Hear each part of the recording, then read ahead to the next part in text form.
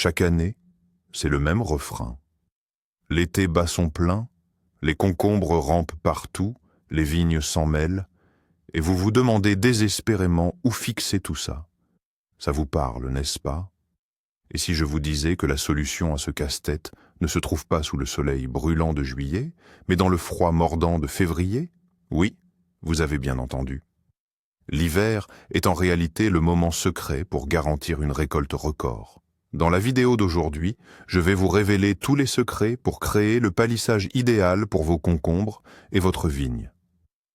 Nous allons préparer tout le matériel, maintenant, pour n'avoir plus qu'à profiter cet été.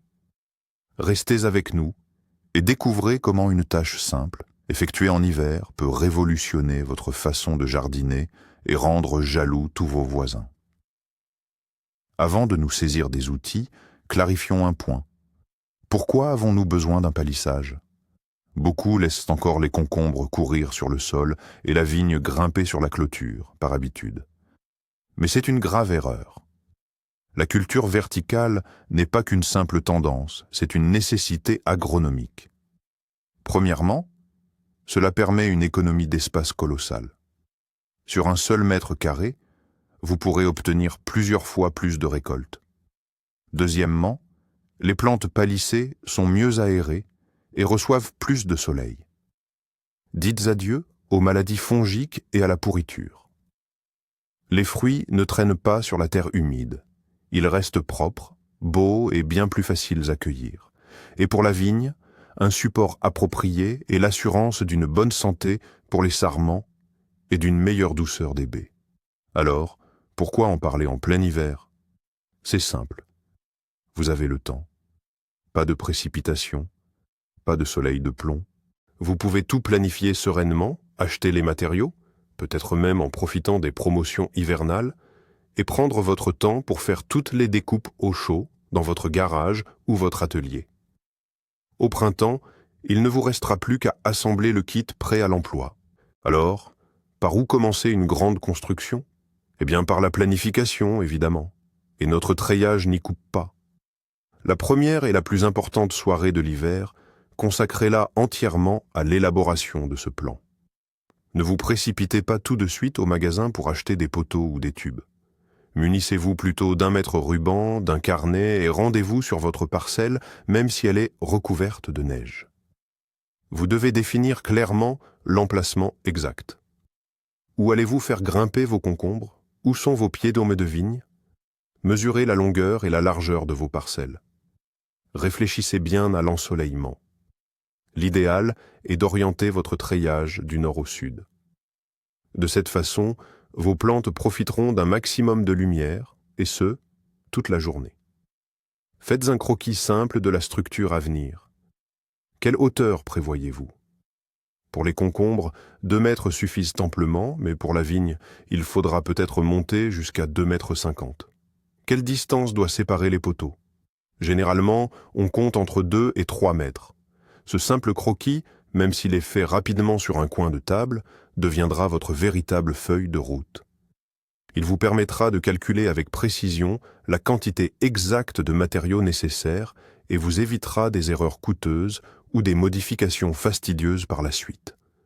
Ne négligez surtout pas cette étape. N'oubliez pas, il faut toujours mesurer 2 fois avant de couper 1 fois. Cette règle d'or n'a jamais été aussi vraie que dans ce cas précis. Abordons maintenant les spécificités. On pourrait croire qu'un simple treillis est un treillis, peu importe où l'on se trouve. Eh bien, pas du tout. Il y a un monde entre un support pour les délicates tiges de concombre et une structure destinée aux puissantes vignes. Le concombre est une plante annuelle. Sa masse végétale est certes volumineuse, mais elle reste relativement légère. L'objectif principal de son tuteur est de guider sa croissance et d'assurer une bonne exposition à la lumière. La vigne, en revanche, est une liane pérenne qui prend un poids considérable au fil des ans.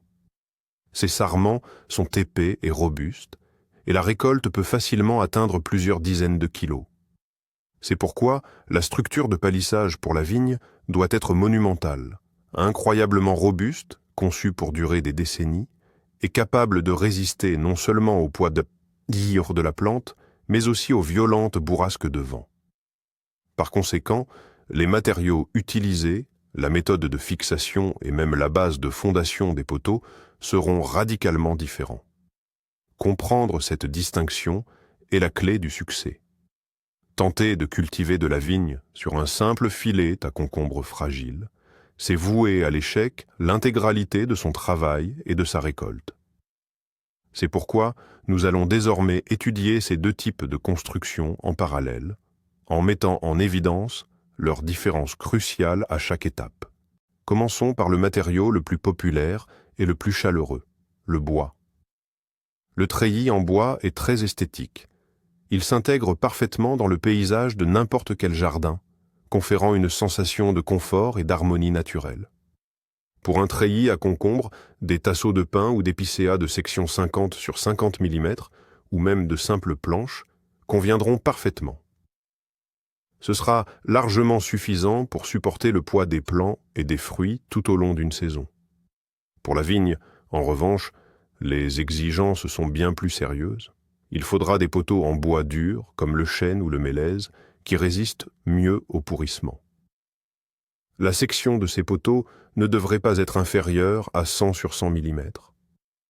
Le bois a cependant un grand ennemi, l'humidité. C'est pourquoi la phase la plus essentielle, celle qu'il faut absolument effectuer en hiver dans un local sec, est le traitement. Il est indispensable de protéger minutieusement toute la surface du bois, surtout la partie qui sera enterrée. Il existe pour cela des produits antiseptiques spéciaux et des agents d'imprégnation protecteurs. Ou alors, on peut recourir à l'ancienne méthode de grand-père, le brûler au chalumeau, puis l'enduire de mastic bitumineux ou d'huile de moteur usagée. Ce rituel hivernal prolongera la vie de votre treillis en bois pour de nombreuses années. Si vous recherchez une structure que vous pouvez installer et oublier, le métal est la solution idéale. Il est synonyme de robustesse et de longévité. Un treillis métallique bien traité tiendra 10, 20, voire 30 ans, sans nécessité d'entretien particulier. Pour un support destiné au concombre, vous pouvez opter pour des fers à béton léger, avec un diamètre de 8 à 10 mm, ou un tube carré à parois fines, par exemple du 20 par 20. En revanche, le support pour la vigne demande une structure métallique plus sérieuse. L'idéal est d'utiliser des tubes en acier de 50 mm de diamètre ou plus, ou bien des profilés carrés d'au moins 40 par 40, avec une épaisseur de paroi de 2 mm minimum. L'inconvénient majeur du métal est évident, la corrosion. C'est pourquoi, tout comme avec le bois, l'hiver est la période idéale pour les traitements de protection. Il faut commencer par brosser soigneusement toutes les pièces métalliques pour retirer la rouille à l'aide d'une brosse métallique. Ensuite, il faut les dégraisser avec un solvant et, impérativement, appliquer une sous-couche anti-corrosion. Ce n'est qu'après ces étapes que vous pourrez appliquer la peinture de finition, de préférence en 2 couches. C'est un travail salissant, poussiéreux et odorant. Le faire en hiver dans un garage bien ventilé est bien plus confortable que de le réaliser en plein été sous la chaleur écrasante. Vous n'avez pas envie de vous casser la tête avec le bois et le métal. Le marché moderne propose une foule d'alternatives. Par exemple, l'armature en composite ou en fibre de verre. Elle ne rouille pas, ne pourrit pas, elle est très légère et plutôt solide. C'est tout simplement la solution idéale pour un treillage à concombre. Elle se plie facilement, ce qui permet de créer des structures arquées, et elle aura une très longue durée de vie. On peut également l'utiliser pour la vigne, comme traverses horizontales, où l'on tendra des fils. Cependant, en tant que poteau porteur, elle reste moins rigide que le métal. Une autre option intéressante, ce sont les tuyaux de plomberie en plastique. On peut les assembler comme un jeu de construction, avec des raccords et un fer à souder pour créer un treillis léger et durable pour vos concombres. N'oublions pas non plus les matériaux de récupération. De vieux cadres de fenêtres, des chutes de grillage, de longues branches de noisetier ou de saule.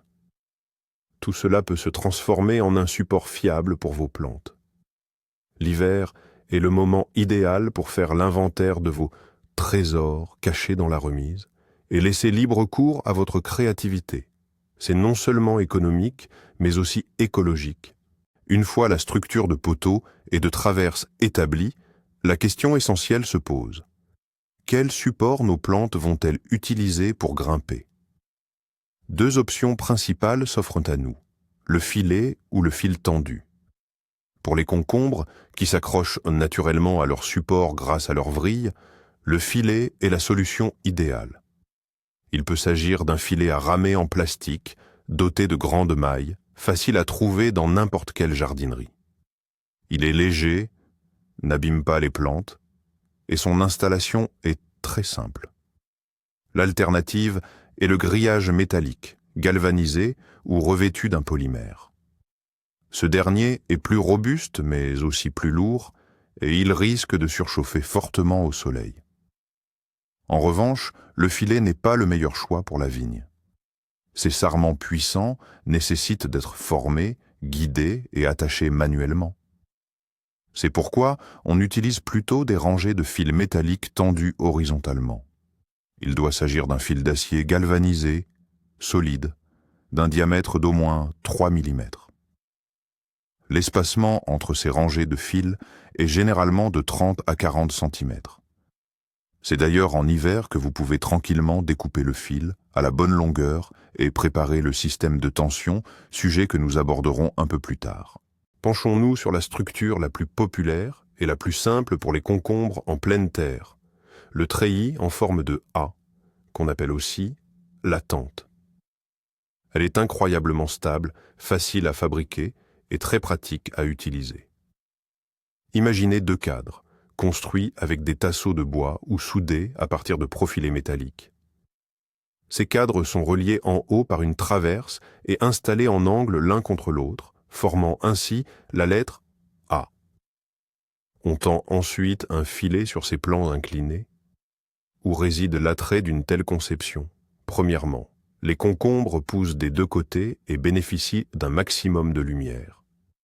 Deuxièmement, une zone d'ombre se crée à l'intérieur de la tente, idéale pour planter des herbes ou des légumes-feuilles qui craignent le soleil direct. Troisièmement, la récolte est un véritable plaisir. Tous les concombres sont bien visibles, plus besoin de se contorsionner dans le carré de culture pour les trouver. Pendant l'hiver, vous pouvez préparer entièrement les deux cadres latéraux. Découpez les tasseaux aux dimensions souhaitées, par exemple 2 mètres de hauteur pour 1 mètre de largeur à la base. Assemblez-les avec des vis afin de former des rectangles solides avec des traverses supplémentaires pour la rigidité. Et tout de suite, bien au chaud, fixez le filet à ces cadres à l'aide d'une agrafeuse de construction. Au printemps, il ne vous restera plus qu'à transporter les deux sections prêtes au jardin et à les assembler en haut. Cultiver des concombres sous serre, c'est un art qui a ses règles. Chaque centimètre carré compte, et une structure en forme de A pourrait s'avérer beaucoup trop encombrante. C'est pourquoi on privilégie généralement le palissage vertical. Si vous possédez une serre en polycarbonate dotée d'une solide structure métallique, vous avez là un atout maître. Vous pouvez fixer directement au montant supérieur une ligne horizontale, que ce soit un fil de fer ou un tube rigide, qui courra sur toute la longueur de votre rangée de culture.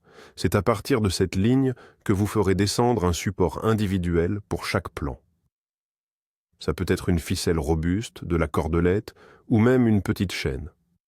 Au fur et à mesure de sa croissance, la tige de concombre s'enroulera tout simplement autour de ce guide vertical. Cette méthode assure une aération et un ensoleillement optimaux, tout en simplifiant incroyablement l'entretien des plants et la cueillette. Profitez de l'hiver pour préparer tout le matériel. Coupez la ficelle à la bonne longueur, prévoyez une marge et réfléchissez bien au système de fixation sur la structure de la serre. Vous pouvez créer des crochets ou des boucles sur mesure que vous n'aurez plus qu'à fixer rapidement au printemps. Préparer ces détails à l'avance, c'est l'assurance de gagner un temps précieux au moment crucial de la saison des semis. Abordons maintenant la vigne. La structure de support la plus simple et la plus répandue est l'espalier simple, ou le palissage à plan unique. Il s'agit d'une série de poteaux verticaux entre lesquels sont tendus plusieurs rangées de fils de fer. Le tout se trouve sur un seul plan, d'où son nom. Ce type d'espalier est idéal pour les vignerons débutants, ainsi que pour planter la vigne le long des murs, des clôtures ou dans les petits jardins. La vigne est formée soit en éventail, soit en cordon, et tous les sarments et les grappes sont disposés du même côté. Cela simplifie grandement la taille, les traitements phytosanitaires et surtout la protection de la vigne pour l'hiver. La hauteur standard pour ce type de palissage est généralement comprise entre 2 mètres et 2,50 mètres. Le premier fil est tendu à environ 50 cm du sol et les suivants sont espacés de 30 à 40 cm. Durant l'hiver, vous avez tout le temps de préparer les poteaux, coupez-les à la bonne dimension, traitez-les contre la pourriture ou la corrosion et percez même des trous traversants à la hauteur souhaitée pour y passer les fils. C'est un travail minutieux qui demande de la précision et il est préférable de le réaliser tranquillement dans votre atelier, sans aucune précipitation. Si vous cherchez à optimiser la production de votre vignoble, la solution réside dans une structure plus sophistiquée, le palissage à double plan. Comme son nom l'indique, ce système offre 2 plans distincts pour l'orientation de la vigne. Il prend généralement la forme d'un V ou d'un X. Concrètement, les poteaux sont soit dédoublés au sommet, soit installés en angle convergent. Quel est l'intérêt principal? Ce type de structure permet de doubler la densité de végétation, c'est-à-dire de positionner 2 fois plus de sarments par mètre linéaire de rang. Les feuilles ne s'ombragent plus, ce qui assure une bien meilleure aération du cep et une exposition au soleil optimale sur toutes les faces. Il en résulte une augmentation significative du rendement et une amélioration notable de la qualité des baies. Elles sont plus grosses et surtout plus sucrées. Certes, un tel treillis est plus complexe à réaliser et nécessite davantage d'espace. Mais c'est là qu'intervient l'importance de la préparation hivernale. Vous avez la possibilité de préfabriquer des têtes de poteaux complexes en AI ou d'assembler des structures en V par soudure ou boulonnage en calculant au préalable avec précision tous les angles et dimensions. Imaginez, au printemps, vous n'avez qu'à acheminer ces structures complexes et déjà finalisées pour les monter rapidement sur vos poteaux préinstallés. C'est un gain de temps considérable qui vous épargnera des journées entières de travail éreintant dans les rangs. Avoir les bons outils, c'est la moitié du travail accompli. Notre préparation hivernale ne fait pas exception à cette règle. Faisons la liste de l'équipement nécessaire afin d'avoir tout le temps de vérifier ce que nous avons, d'affûter ce qui doit l'être et d'acheter ce qui manque. Premièrement, les outils de mesure, un mètre ruban, un niveau à bulle et une équerre. Impossible de construire un bon support sans un traçage précis. Deuxièmement, les outils de coupe. Si vous travaillez le bois, il vous faudra une scie manuelle ou, mieux encore, une scie à onglet. Celle-ci garantit une coupe parfaitement droite avec l'angle désiré. Pour le métal, prévoyez une meuleuse d'angle, aussi appelée flex, équipée de disques à tronçonner et à ébarber. Troisièmement, les outils d'assemblage. Une perceuse visseuse avec son jeu de mèche et de forêt et un marteau. Si vous envisagez des travaux de soudure, n'oubliez pas le poste à souder et tous les accessoires des sabres nécessaires. N'oubliez surtout pas l'équipement de protection individuelle. Les gants et les lunettes de sécurité sont absolument indispensables. Lorsque vous utilisez la meuleuse ou la scie, la protection des yeux et des mains doit être votre priorité absolue. L'hiver est vraiment le moment idéal pour préparer tranquillement toute votre panoplie d'outils et la mettre en état de marche. Dans tout système de palissage, et particulièrement pour la vigne, l'élément le plus crucial est sans aucun doute sa base, sa fondation. La solidité et la bonne installation des poteaux déterminent directement la longévité de l'ensemble de la structure. Les poteaux doivent être enterrés à une profondeur d'au moins 80 cm et idéalement sous la ligne de gel propre à votre région. Cette précaution est essentielle, car elle empêchera le gel de les soulever ou de les déchausser au printemps. Les poteaux d'extrémité ou poteaux d'ancrage supportent la majeure partie de la tension exercée par les fils. Il est donc indispensable de les installer légèrement inclinés vers l'extérieur et de les renforcer avec des contrefiches, également appelées jambes de force. Vous pouvez préparer les trous des poteaux à l'aide d'une tarière manuelle. Pour assurer un bon drainage, on déposera au fond du trou un lit de concassé ou de gravier. Le poteau lui-même doit être positionné parfaitement d'aplomb, c'est-à-dire vérifié au niveau, avant que le trou ne soit scellé avec du béton. Bien sûr, vous n'allez ni creuser ni couler du béton en plein hiver, mais vous pouvez en profiter pour étudier la technique à l'avance, calculer les quantités nécessaires de ciment et de gravier, et même préparer les contrefiches, les couper à la bonne taille et fabriquer les systèmes de fixation pour les poteaux principaux. Cette préparation, à la fois théorique et pratique, rendra l'installation printanière rapide et beaucoup plus efficace. On a déjà évoqué l'importance du traitement du bois, mais attardons-nous un peu sur ce point. C'est en effet un travail clé à réaliser en hiver. Imaginons que vous veniez d'acheter des tasseaux de pin fraîchement coupés pour votre futur treil. La première chose à faire est de les laisser sécher correctement dans un endroit bien sec. Une fois secs, munissez-vous d'une ponceuse ou simplement de papier de verre pour éliminer toutes les échardes et obtenir une surface parfaitement lisse. Ce n'est pas seulement esthétique, c'est indispensable pour que le revêtement protecteur adhère uniformément et tienne dans la durée. L'étape suivante, c'est l'application d'un traitement fongicide et insecticide. Ne lésinez surtout pas sur la qualité. Choisissez des produits conçus pour les conditions extrêmes, ceux qui sont prévus pour un contact direct avec le sol. Il est préférable d'appliquer cette solution en 2 ou 3 couches, en veillant à laisser chaque couche sécher complètement. Insistez particulièrement sur les extrémités des tasseaux. Ce sont elles qui absorbent l'humidité comme une éponge. Une fois que l'antiseptique est totalement sec, vous pouvez passer à la couche de finition. Il peut s'agir d'une huile spéciale pour terrasse, d'un vernis marin ou d'une peinture résistante aux intempéries. Là encore, appliquez 2 couches. Certes, c'est un processus long et fastidieux, mais c'est précisément ce travail qui va transformer un simple montant en une pièce maîtresse qui vous servira fidèlement durant de très longues années.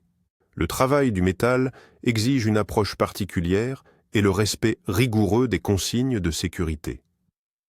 Si vous avez décidé de fabriquer un treillis, une espalier, à partir de tubes profilés ou d'armatures, l'hiver dans votre garage est le moment idéal.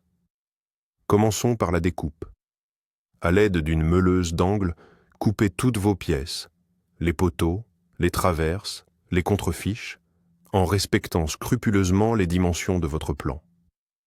Il est impératif de travailler avec des lunettes de protection, des gants et des vêtements épais pour éviter que les étincelles ne causent d'avant-bord d'accident.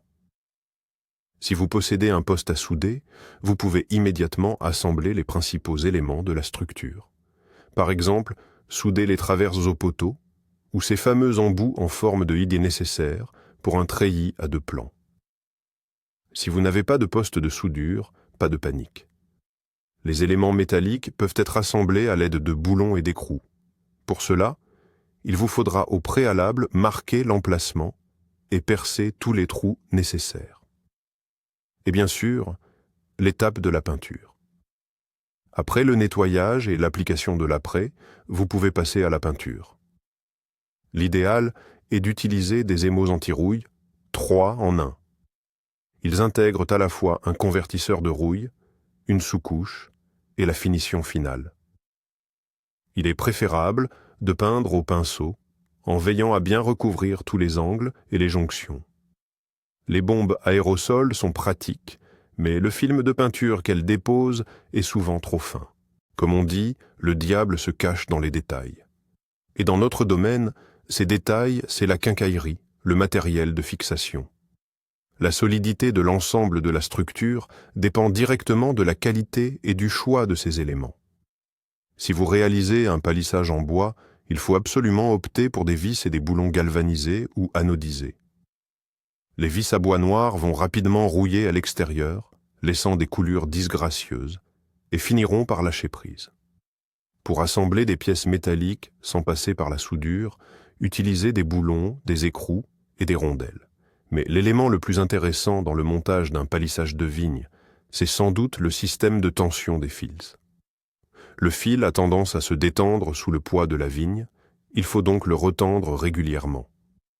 Pour cela, il existe des dispositifs spécifiques appelés ridoirs ou tendeurs. Ce sont des systèmes de serrage à vis qui permettent de tendre le fil très facilement et avec une grande force. Une alternative plus économique consiste à créer des points d'ancrage sur les poteaux d'extrémité avec des boulons à œil robustes.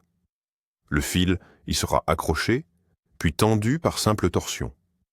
Profitez de l'hiver pour prendre le temps de parcourir tranquillement les magasins de bricolage. Choisissez toute la quincaillerie nécessaire, achetez les quantités requises et rangez tout dans des boîtes. Ainsi, au printemps, vous aurez absolument tout sous la main. On arrive maintenant au cœur de notre stratégie hivernale. Plutôt que de passer des heures à débiter des dizaines de pièces sur le terrain au printemps, faisons-le tout de suite. Sortez vos plans et commencez à créer vos pièces préfabriquées. Découpez tous les montants verticaux et les traverses horizontales pour votre treille à concombre. Si vous construisez une structure en forme de A, débitez tous les éléments des cadres latéraux. Et si vous avez un espalier pour la vigne, coupez tous les poteaux et les contrefiches nécessaires. Immédiatement, à cette étape, traitez toutes les extrémités et les surfaces de coupe avec des produits de protection. Si vos poteaux doivent comporter des trous pour le passage des fils, marquez et percez-les maintenant à l'aide d'une perceuse ou d'une perceuse à colonne. C'est beaucoup plus pratique et précis de faire cela lorsque le poteau est à plat sur l'établi, plutôt qu'une fois qu'il est déjà en place dans le sol. Empilez soigneusement les pièces identiques. Ce processus, qui rappelle le travail d'une fabrique de meubles, vous fera non seulement gagner un temps précieux au printemps, mais vous apportera aussi une grande satisfaction. Vous verrez de vos propres yeux comment votre future structure prend forme à partir d'un simple tas de matériaux. On a déjà évoqué la tension des fils, mais voyons maintenant comment créer des ancrages solides, capables de maintenir cette tension année après année. Sur les poteaux d'extrémité, ceux qui supportent toute la charge, vous ne pouvez pas simplement enrouler le fil. Avec le temps, il finirait par s'enfoncer dans le bois ou par glisser. Il faut donc un point de fixation dédié. La méthode la plus simple et la plus fiable est d'utiliser un boulon à œil. C'est un boulon dont la tête est remplacée par un anneau.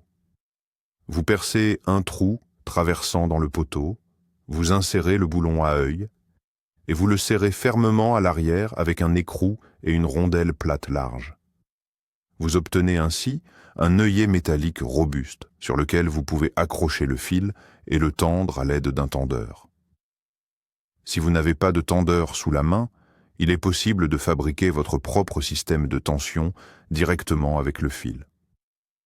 Le fil est passé dans le trou, puis ramené vers l'arrière pour former une boucle. Vous insérez dans cette boucle une barre métallique solide ou un gros clou, et en le tournant, vous tordez le fil, assurant ainsi la tension. Profitez de l'hiver pour préparer ces pointes d'ancrage. Percez les poteaux, achetez les boulons à œil, ou coupez des morceaux de tiges courtes pour les torsions. C'est un petit détail qui assure une fonctionnalité optimale et confère un aspect professionnel à l'ensemble de votre palissage. Le principe fondamental de toute notre démarche, c'est l'assemblage modulaire. Inutile d'essayer de monter toute la structure complexe en une seule fois dans votre garage. Notre objectif est de préparer des modules séparés et complètement finis que l'on pourra connecter rapidement sur le terrain au printemps pour former un tout cohérent. Qu'est-ce que cela signifie concrètement ? Pour un treillis en forme de A destiné au concombre, il s'agira de 2 cadres latéraux entièrement préparés, avec la grille déjà tendue. Pour un palissage monoplan pour la vigne, ce seront des poteaux entièrement traités et percés, prêts à être installés. Et pour un double palissage, ce sont les têtes en V ou en I qui seront déjà montées et assemblées. En substance, vous déplacez 80% de l'assemblage du plein air vers le confort de votre atelier. Vous ne dépendez plus de la météo, les moustiques ne vous dérangent pas, et tous vos outils sont immédiatement accessibles. Cette approche non seulement accélère le processus, mais elle améliore aussi considérablement la qualité du montage. En effet, lorsque vous travaillez dans une position confortable, sur un établi, avec un bon éclairage, la précision et la finition augmentent de façon spectaculaire. Votre travail de l'hiver est terminé. Le garage ou l'abri est désormais rempli de piles bien ordonnées de pièces et de modules prêts à l'emploi. Reste la tâche la plus importante. Conserver tout cela intact et en parfait état jusqu'au printemps. Les éléments en bois doivent être stockés dans un local sec et bien ventilé. Ne les posez jamais directement sur un sol en béton. Il est impératif de glisser des tasseaux ou des cales en dessous pour garantir une bonne circulation de l'air. Sinon, le bois risque de prendre l'humidité et de gauchir, c'est-à-dire de se déformer. Empilez les pièces en couches, en intercalant des lattes minces entre chaque rang, afin de maintenir un espace d'air entre elles également. Les éléments métalliques sont moins exigeants, mais il est préférable de les stocker sous un abri pour que la peinture fraîche ne subisse pas d'agressions inutiles. Mettez toute la visserie, les tendeurs et les câbles dans une caisse séparée et étiquetez-la clairement. Cette méthode de stockage rigoureuse est le point final de votre préparation hivernale. Elle garantit qu'au printemps, vous retrouverez vos pièces dans le même état impeccable, prêts pour l'étape finale, la plus agréable. L'assemblage et le montage sur le site. Passons maintenant au volet le plus plaisant, les économies. Beaucoup d'entre vous pensent peut-être que tout ce travail n'en vaut pas la peine et qu'il serait plus simple d'acheter une structure de palissage prête à l'emploi. Mais faisons les comptes. La plus simple des arches métalliques, ou le tuteur pour concombre acheté en jardinerie, coûte déjà une petite fortune. Sans compter que leur robustesse et leur longévité suscitent souvent de gros doutes. Quant aux structures toutes faites pour la vigne, nous entrons carrément dans le segment premium. En construisant votre treillis vous-même, vous ne payez que les matériaux bruts. Et si vous les achetez en hiver, vous pouvez profiter des soldes saisonnières et réaliser des économies encore plus importantes. Votre travail a bien sûr une valeur, mais vous l'investissez dans la fiabilité, la durabilité et, surtout, dans une conception qui s'adapte parfaitement à vos besoins spécifiques et aux dimensions de votre parcelle. Cependant, la plus grande économie, c'est celle du temps et des nerfs au moment de la saison de plantation. Pendant que vos voisins, en mai, chercheront frénétiquement des supports ou tenteront d'assembler quelque chose à la hâte, vous pourrez tranquillement planter vos jeunes pousses le long de votre treillis, déjà prêt, solide et esthétique. Ce sentiment de prévoyance et la satisfaction du travail accompli, c'est inestimable. Voilà, étape par étape, nous avons décortiqué ensemble comment transformer les longs mois d'hiver en une période extrêmement productive pour préparer votre jardin. Faisons le bilan. Le secret réside dans une planification méticuleuse et une préparation progressive. L'idée est de ne pas essayer de tout faire en même temps. Nous divisons la tâche principale en étapes simples et claires. On planifie, on choisit les matériaux, on les prépare, on découpe les pièces et on assemble les modules. Le tout bien au chaud et sans aucune précipitation. Imaginez la scène. Le printemps arrive, le sol a dégelé, et vous n'avez plus qu'à transporter vos éléments préfabriqués au jardin. L'installation vous prend à peine un jour ou deux. Tout s'emboîte, tout correspond, parce que vous l'avez anticipé. Et la voilà qui trône, votre treillis idéal, robuste, esthétique, réalisé avec soin et intelligence. Ce n'est pas qu'un simple support pour les plantes. C'est votre petite victoire sur le stress saisonnier, votre investissement dans la future récolte et une véritable source de fierté. Merci d'avoir regardé cette vidéo jusqu'au bout. J'espère qu'elle vous a été utile. N'oubliez pas de vous abonner à la chaîne et de mettre un pouce bleu si l'idée de ces préparations hivernales vous a plu. Et maintenant, ma question. Faites-vous des travaux pour le jardin ou le potager pendant l'hiver? Partagez vos astuces et vos idées dans les commentaires. J'ai hâte de vous lire.